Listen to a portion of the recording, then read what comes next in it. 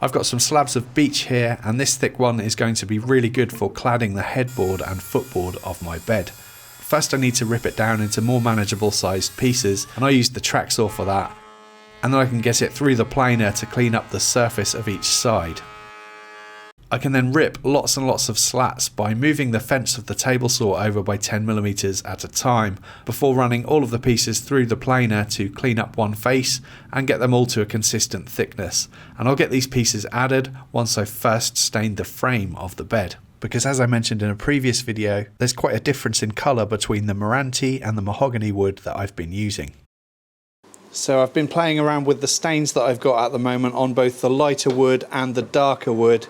This here is a dark oak stain, this one is medium oak water based, and this one is medium oak spirit based. And if you compare the medium oak spirit based on the lighter wood with the medium oak water based on the darker wood, that's not too bad a match. I might just need to reapply another coat of the spirit based on the lighter wood, and then I think they will match up quite nicely. So here I'm applying the stain, and I use a brush for this and then let it sit for a few minutes before wiping it away with a cotton cloth, and that gives me a nice even colour. This is the spirit based stain that I'm using here, and then this stuff here is the water based stain which I'm applying to the darker wood. And the colour was a pretty close match just with one coat in the end, and once I add finish later that will help blend everything in even more, so that was easy enough. Here I'm marking up a centre line down the headboard which I'm going to align all my cladding slats to.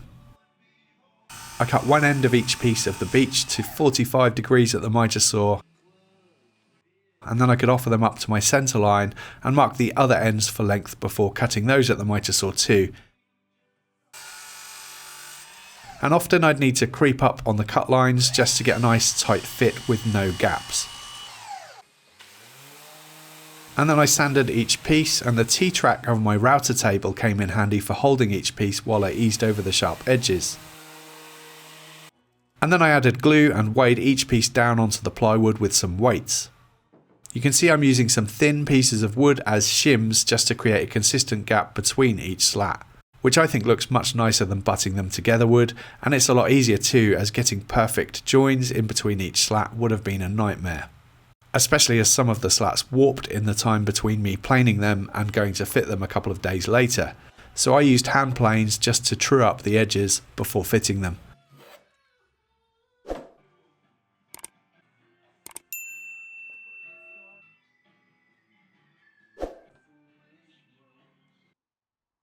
When I got to the corner, this piece needed another straight cut to get it to fit, and I was struggling to keep my workshop warm enough for the glue to go off, so at this point I swapped to polyurethane glue, which works well in cold temperatures, and that seemed like a good idea at the time, but I soon regretted it as the cleanup work between slats was a little awkward, and also some of my spacers got stuck, so I had to chisel those out too, using a screwdriver because I didn't have a chisel small enough. So in the end I brought a radiator into the workshop, cranked it up to full, and went back to using PVA. The cladding was quite a slow process, coming back and fitting about 4 slats at a time over the course of several days, and then I could get the final sanding done up to 120 grit, and it looked pretty good. I'm going to be using 2 different finishes on this project. The first is a hard wax oil, which I'm going to be using on all of the dark stained wood. This finish gives the wood a slightly amber colour, which I really like on darker colours of wood, and it's really hard wearing. I apply it as thinly as possible with a brush, let it sit for a few minutes, and wipe away the excess so that it can cure properly, and that's just to make sure that it doesn't go sticky. I recently did a video comparing Osmo Hard Wax Oil with the stuff that I'm using here that is half the price, and it performed just as well. I'll leave a link to that video in the description box if you'd like to find out more about it. As you can see, it looks really nice already, but it'll need a second coat later on.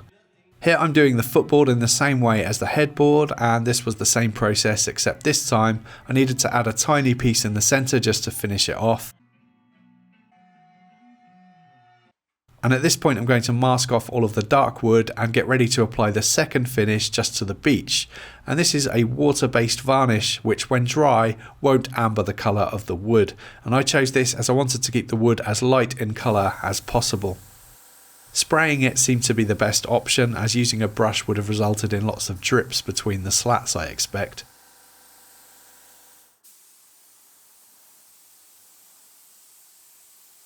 Once the first coat was dry, I denibbed in between coats with some 400 grit wet and dry paper, and then applied a second and final coat.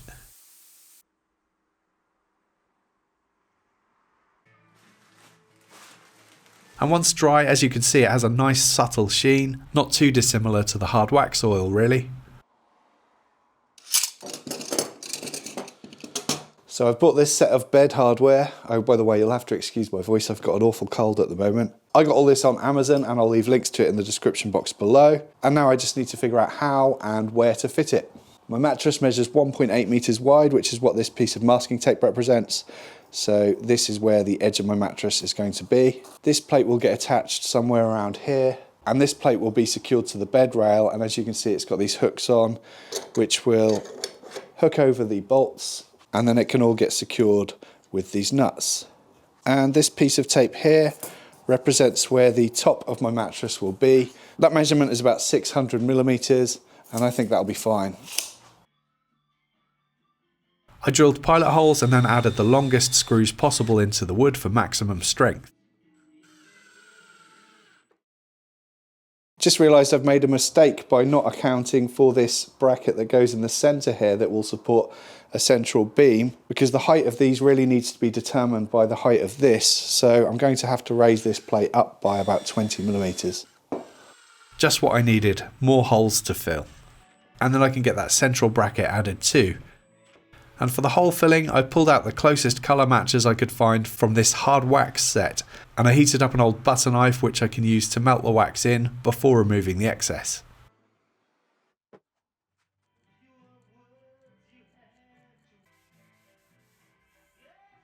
Now back to my bed rails, and these are too thick at the moment, and they could also do with being a bit wider than they are currently.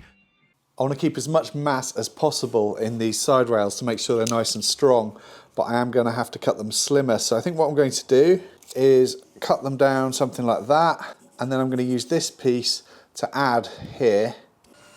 I made the rip cuts at the table saw in 2 passes, and then planed the faces flat, and then after cutting the offcut down in width, I can add it to the bottom using glue and some pin nails. These pin nails won't be seen as they are on the underside of the rails, and then I can get the piece that I just laminated flush with the rest of the rail using my hand plane.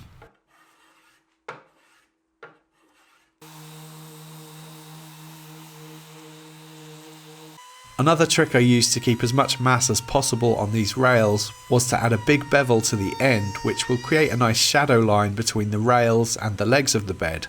Here's a quick glimpse into the future so that you can see what I mean. I can then get the rails stained and finished to match the rest of the frame. When I took a closer look at these brackets and how they go together, I noticed that this part of the plate here would be in the way of the inside edge of the rails. So I decided to also route out just a little 5mm rebate on the end of the rails, which will allow me to fit the rails tight to the legs. I used a bearing guided flush trim bit running against a straight edge, which worked well. And then I can get the plates fitted flush to the end of that rebate.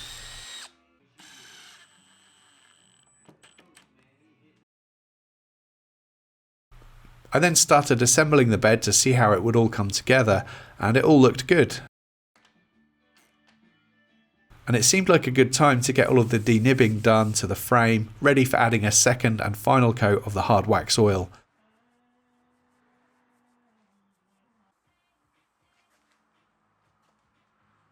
These bolts are going to need to be cut back so that they don't dig into the mattress, so I mark up the length needed while it's assembled, and then I can cut them back with the grinder.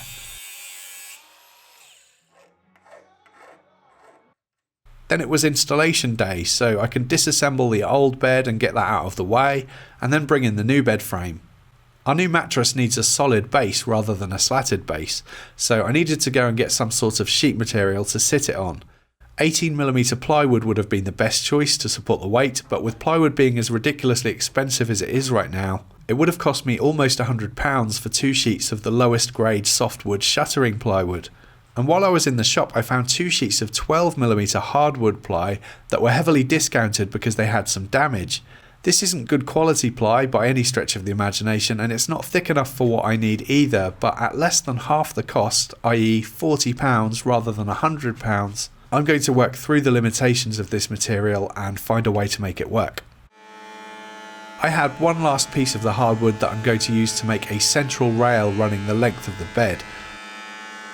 I'm using hardwood for this for the extra strength and rigidity, as I wanted to avoid adding a central leg to the bed frame, something which I've never been too fond of, as it'd make moving the bed around much more awkward. After planing it down to 50mm to fit inside the hanger hardware, I decided to cut a notch so that I could retain as much mass as possible in this piece of timber. And because this area here would be a potential weak point when there's weight added to the bed frame, I thought the wood could potentially start to split here. So I added a screw through from the bottom for a bit of mechanical strength. I'm not entirely sure if this was necessary, but it certainly won't do any harm, and it made sense in my head. Then I could offer it up to the frame and secure it in place with screws. I also needed to make some cleats to add to the bed rails to support the plywood, and I had some bits of pine that I can use to make some rails, and after running them through the planer I could splice these bits together to get the lengths needed. Measuring the height of the central beam from the floor then determines the height that the pine rails need to be at, so I can glue and screw those on and know that the plywood will sit nice and flush on all 3 rails.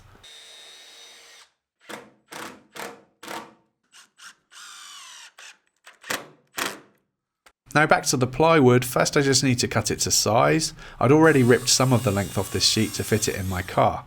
And to reinforce the plywood I've got some old salvaged plywood bed slats that I can simply glue and screw to the plywood.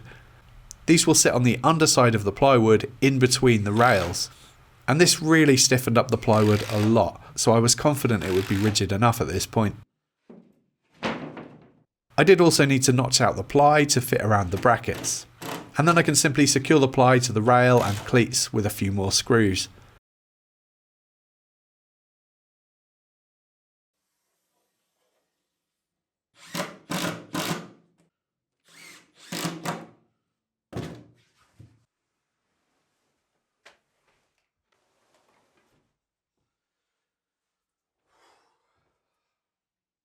I am over the moon with how this project turned out. We've been sleeping on the bed now for about a week, and going from a double-sized bed to a super king has made a big difference. There's just so much space now, and all 3 of us can now spread out a little bit more. In total, this project cost me about £55. That was for the 2 sheets of plywood and the bed bracket hardware. Everything else was either salvaged material or stuff I already had in the workshop. I love the design of the bed, really enjoyed making it, and I particularly like the idea of taking material from the home and then returning it to the home in a new form.